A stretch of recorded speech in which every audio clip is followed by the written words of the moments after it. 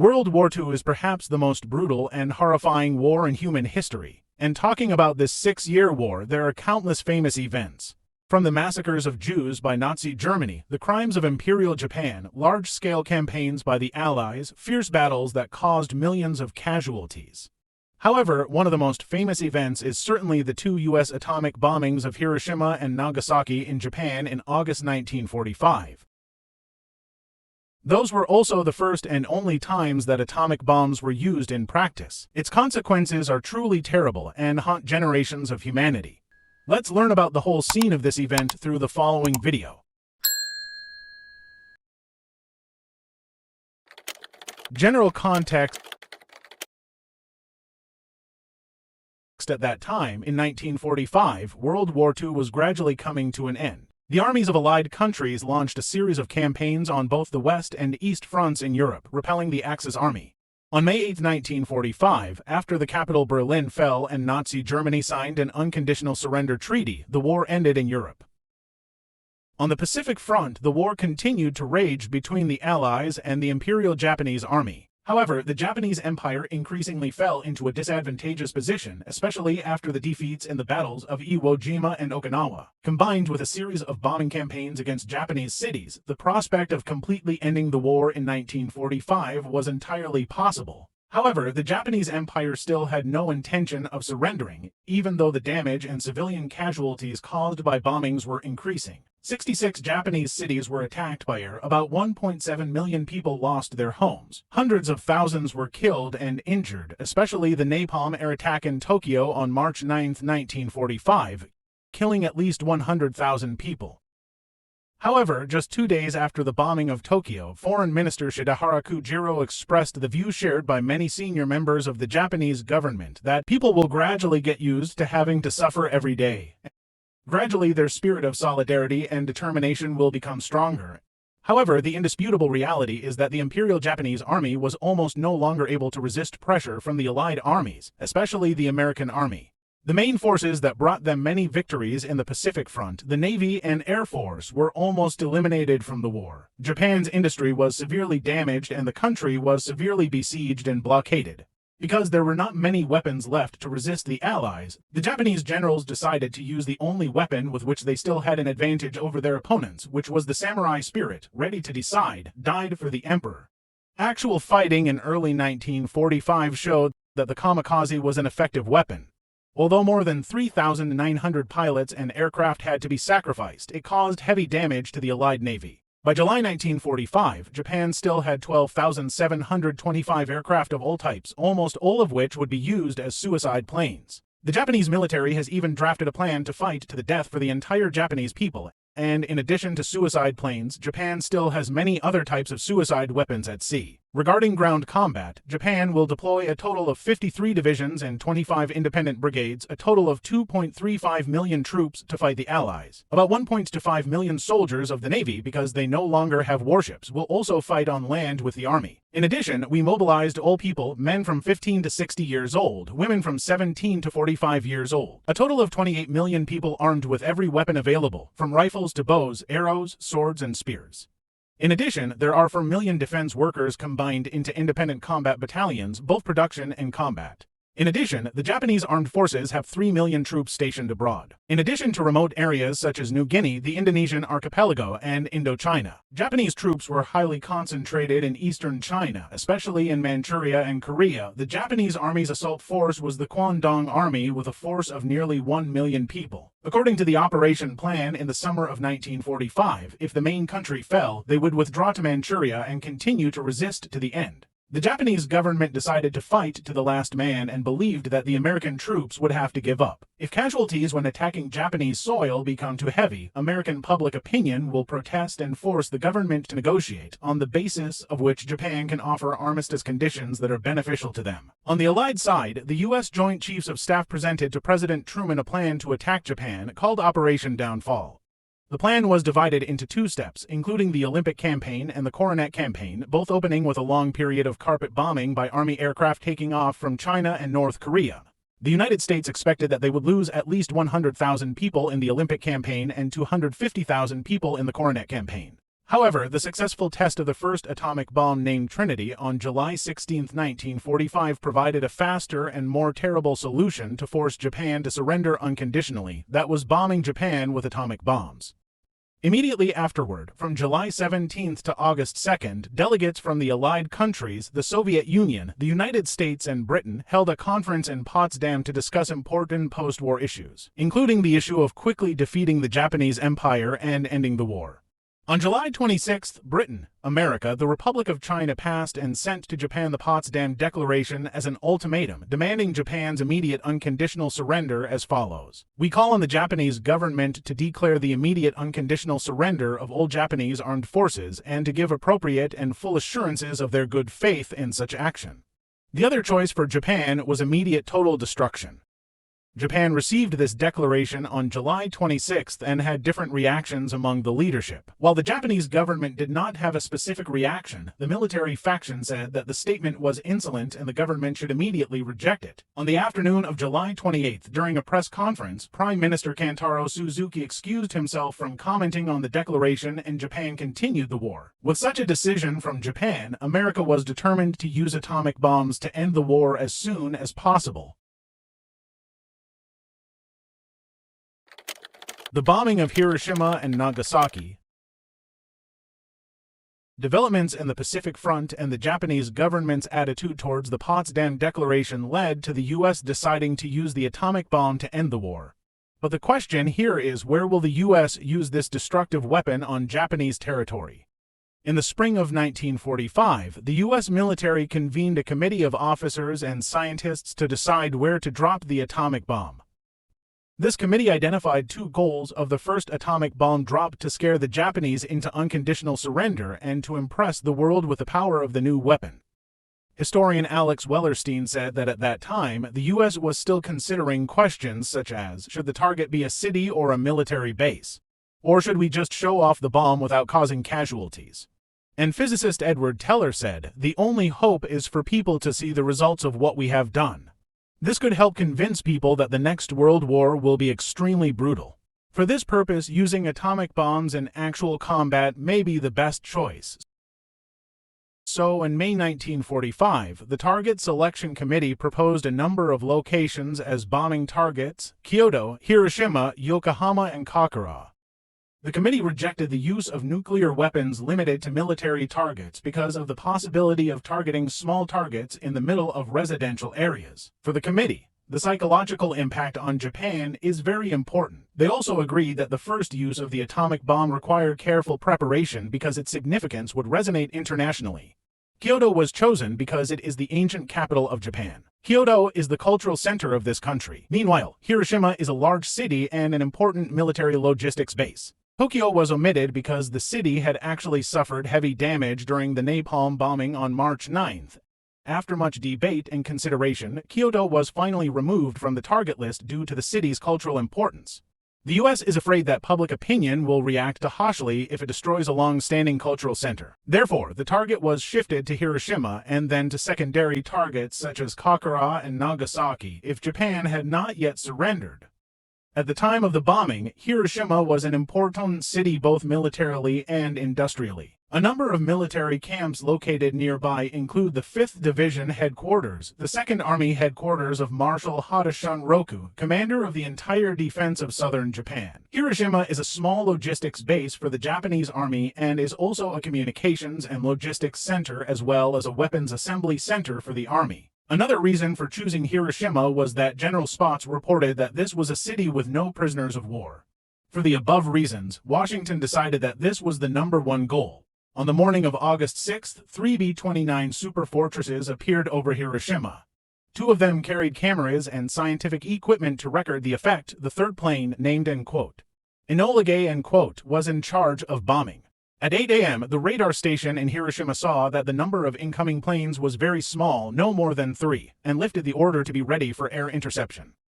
At 8:15 a.m., the Enola Gay opened its bomb bay door, and less than a minute later, most of Hiroshima was shattered in a blinding flash of light. The bomb dropped in Hiroshima was named Little Boy, and it exploded about 600 meters above the ground.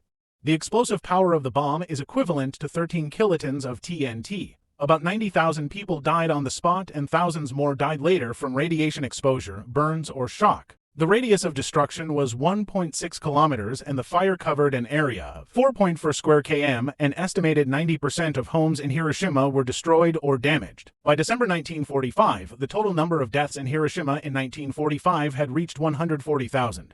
And over the next 40 years, hundreds of people still die each year from radiation exposure.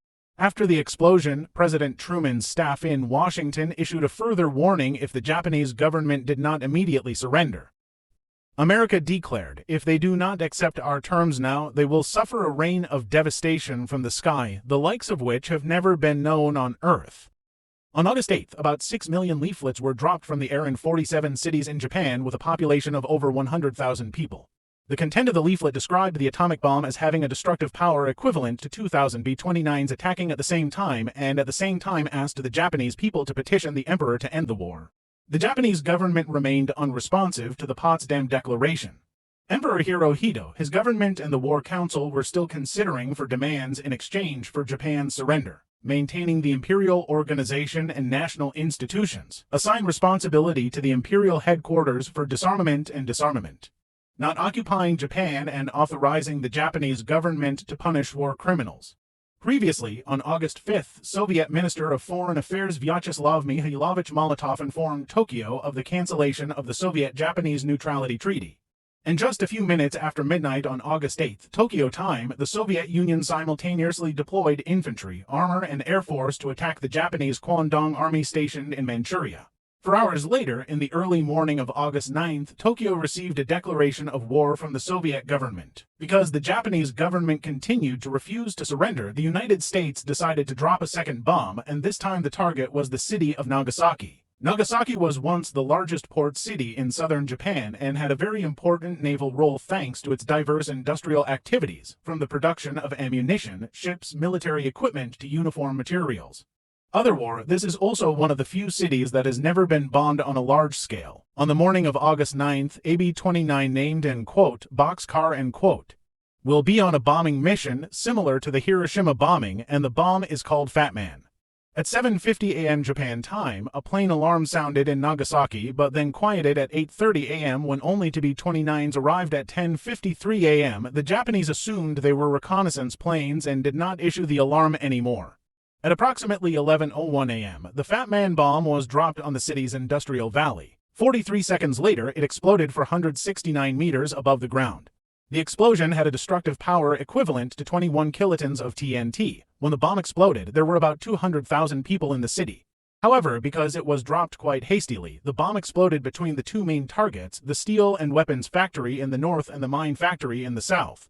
If the bomb had fallen to the south, the commercial and residential areas of the city could have suffered much more severe damage. This is the main factor explaining why this bomb has a greater explosive yield than the little boy in Hiroshima but causes less serious damage. However, an estimated 70,000 people still died immediately when the bomb exploded, and tens of thousands more were injured. The blast radius is 1.6 kilometers. The fire stretched from the northern part of the city to 3.2 kilometers south of the explosion. The two bombs in Hiroshima and Nagasaki killed at least 160,000 people instantly, and the number of injuries and subsequent deaths from radiation cannot be counted. The U.S. even had plans to use more bombs if the Japanese government still refused to surrender. However, the tragedies in Hiroshima and Nagasaki caused the emperor and many Japanese leaders to change their views. Subsequent events and public reaction. Hours before the second atomic bomb was dropped on Nagasaki, the Japanese government and No. 39's Supreme War Council met to consider whether to accept the Potsdam Declaration. The military representatives still objected. But on the evening of August 9th, after news of the tragedy in Nagasaki, the emperor convened the Supreme Council again. He told them they should accept the conditions and essentially ensure that the royal family and succession rights were preserved. The Japanese government immediately transferred that condition to the U.S. side the next day. Secretary of State James Burns said that no distinction should be made between the emperor and the rest. However, Secretary of War Stimson believed that only the emperor's authority could force the Japanese armed forces to surrender. If so, the U.S. would avoid useless battles in the future and give the Soviet side less time to focus on the Pacific region. Responding to Japan, the U.S. emphasized that the Japanese would not be allowed to choose their own form of government but agreed to ensure the safety of the emperor and the royal family. Meanwhile, Japanese military leaders still refused to accept defeat. The arguments continued like this for several days. And finally, on August 14th, the emperor announced that he had decided to accept the Potsdam Declaration. He even announced that he would record a speech to broadcast nationwide, something unprecedented. However, members of the militant faction refused to accept this, and that night they attempted a coup to stop the broadcasting of the Emperor and No. 39's message. Military leaders deceived the 2nd Imperial Guard Regiment into participating and entered the palace and destroyed the tape recorder containing the surrender announcement. The Emperor, Marquis Kido, and his attendants tried to escape. The rebels could not find them, and when loyalist troops arrived, the mutiny's leader, Major Hatanaka Kenji, and many others committed suicide. At noon on August 15th, Japanese radio stations simultaneously broadcast the Emperor and No. 39's message, calling on all forces to surrender. On August 17th, the surrender order was given to Japanese troops still scattered throughout Japan and abroad. On the morning of August 28th, the first force of the U.S. 11th Airborne Division set foot on Japanese soil, beginning the occupation of U.S. troops representing the Allies. On the afternoon of August 30th, General Douglas MacArthur and his staff arrived and set up temporary headquarters in Yokohama, later moved to Tokyo. On September 2, 1945, on the American battleship Missouri docked in Tokyo Bay under the chairmanship of General MacArthur. Representing the Japanese government was Mamoru Shigemitsu, and representing the Japanese General Staff was General Yoshijiro. Umezu officially signed the document of unconditional surrender to the Allies. World War II here officially ends. Despite playing a major role in ending World War II early and quickly, avoiding many meaningless battles in the Pacific Front, there are still many conflicting opinions surrounding the dropping of the atomic bomb on Hiroshima and Nagasaki. The objections mainly revolve around two main reasons. Dropping bombs that cause large casualties on civilians is an unethical act. Dropping bombs from a military tactical standpoint is unnecessary and unjustifiable. On a moral level, there are many individuals and organizations that criticize the bombing, many of whom believe that it is a war crime and a crime against humanity. Two typical figures are Albert Einstein and Leo Szilard, although they previously signed a letter to President Roosevelt encouraging the research and development of the atomic bomb in 1939. Szilard reasoned as follows: "Let me mainly address the ethical issue. Suppose Germany succeeds in developing two atomic bombs before us. And suppose Germany drops those two bombs, for example, on Rochester and Buffalo. These are two counties in the state of New York, USA, and then they are defeated. Does anyone wonder that we would consider it a war crime and would convict the Germans of it before the Nuremberg Tribunal and hang them?" Many other scientists involved in the Manhattan Project also spoke out against the actual use of bombs. 7 scientists, led by Dr. James Franck, submitted a report to President Truman and No. 39's Internal Affairs Committee in May 1945, which stated, "If the United States is the first country to use these weapons of indiscriminate destruction, we will lose public support around the world. At the same time, it incites an arms race and prevents the possibility of reaching an international agreement on controlling this type of weapon in the future." Professor Peter Kuznick, director of the Institute for Nuclear Studies at American University, also assessed President Truman's decision to authorize the bombing and, quote, "He knew that he had begun a process of destroying life. It's not just a war crime, it's a crime against humanity," end quote. Kuznick is also one of many who believe that the United States' motivation for bombing was the desire to demonstrate the power of the new weapon to the Soviet Union. Cornell University historian Mark Selden also said that impressing the Russians was more important than ending the war with Japan. In terms of military factors, many people, including high-ranking U.S. generals, also believe that using atomic bombs is unnecessary. Because Japan was already preparing to surrender and regular bombardments were enough to put pressure. General Eisenhower later wrote in his memoirs, "In 1945, Secretary of War Stimson, then visiting my headquarters in Germany, informed me that our government was preparing to drop an atomic bomb on Japan. I'm one of those who feel that there are strong reasons to question the wisdom of that action. While he was telling the relevant facts, I felt bored and told him of my doubts. First, that I believed that Japan had actually been defeated and that the bombing was not absolutely necessary. And second, I believe that the use of that weapon is not required to limit casualties among American soldiers because our country should avoid the idea of us shaking the world by using that weapon. Other American generals who also shared the same opinion were General Douglas MacArthur, the highest-ranking general of the Pacific Theater, Fleet Admiral William D. Leahy, the highest-ranking official of the General Staff's Executive Office, President General Carl Spaatz, commander of U.S. Strategic Air Forces in the Pacific, Lieutenant General Carter Clark, military intelligence officer, and several others. Fleet Admiral William D. Leahy also commented that the use of atomic bombs in Hiroshima and Nagasaki did not materially support our war with Japan. The Japanese were truly defeated and ready to surrender. Besides the opposing opinions, there are still some opinions that agree with the decision to bomb Hiroshima and Nagasaki. Supporters of the bombing generally assert that the two explosions ended the war months early, thereby saving hundreds of thousands of lives. They believed that the Soviet Union's attack on Manchuria would only be able to knock Japan out of the Asian continent but could not defeat Japan in its homeland.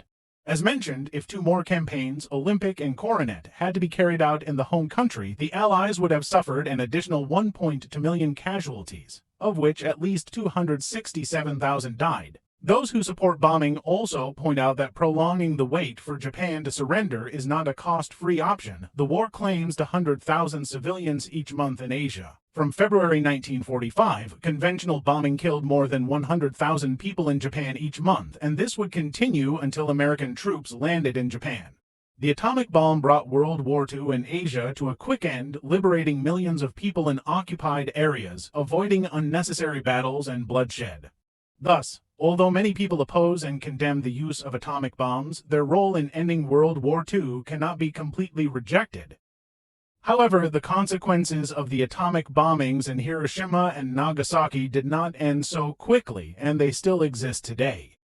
Those affected by those two bombings are called hibakusha, and as of 2023, there will still be hundreds of thousands of them in Japan. The memorials in Hiroshima and Nagasaki, along with the victims of these two bombings, forever serve as a warning to humanity about the terrible dangers of nuclear weapons, things that can destroy an entire culture. Bright. And that is the information before, during, and after the two terrible disasters in Hiroshima and Nagasaki. What do you think about America's decision to drop atomic bombs? Is it really necessary? Share your opinion in the comments section. And if you like this video, don't forget to like, share, and subscribe to Andy Discovery's YouTube channel, and don't forget to turn on the notification bell so you don't miss out on other interesting content in the future. Thank you. Thank you for watching until here. This is Andy Discovery.